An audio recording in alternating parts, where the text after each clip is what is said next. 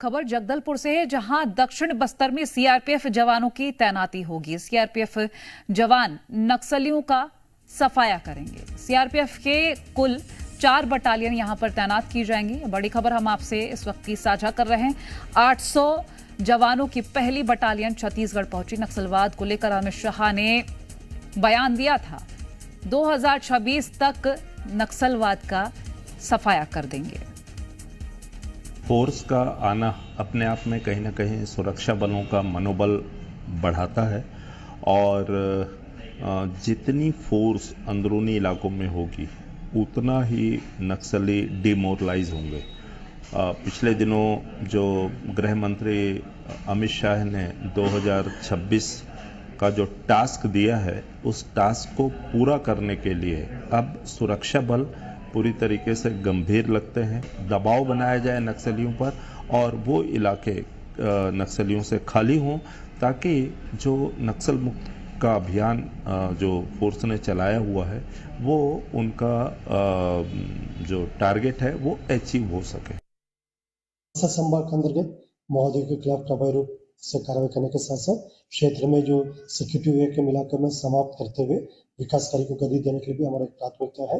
इसी हिसाब से विगत वर्षों में काफी बड़ी संख्या में नवीन सुरक्षा कैंप स्थापित की जाकर इन इलाकों में विकास कार्य को गति दी गई थी।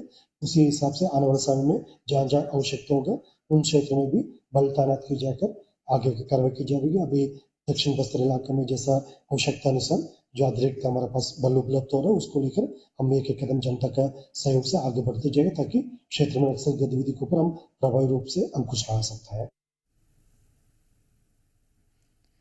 अनूप अवस्थी हमारे साथ जुड़ गए अधिक जानकारी के लिए। अनूप, नक्सलवाद को खत्म करने के लिए यहाँ पर सीआरपीएफ जवानों की तैनाती हो रही है, क्या कुछ और जानकारी मिल पाएगी? कोमल, बस्तर में नक्सलवाद का दंश पिछले 4 दशक से बस्तर झेल रहा है।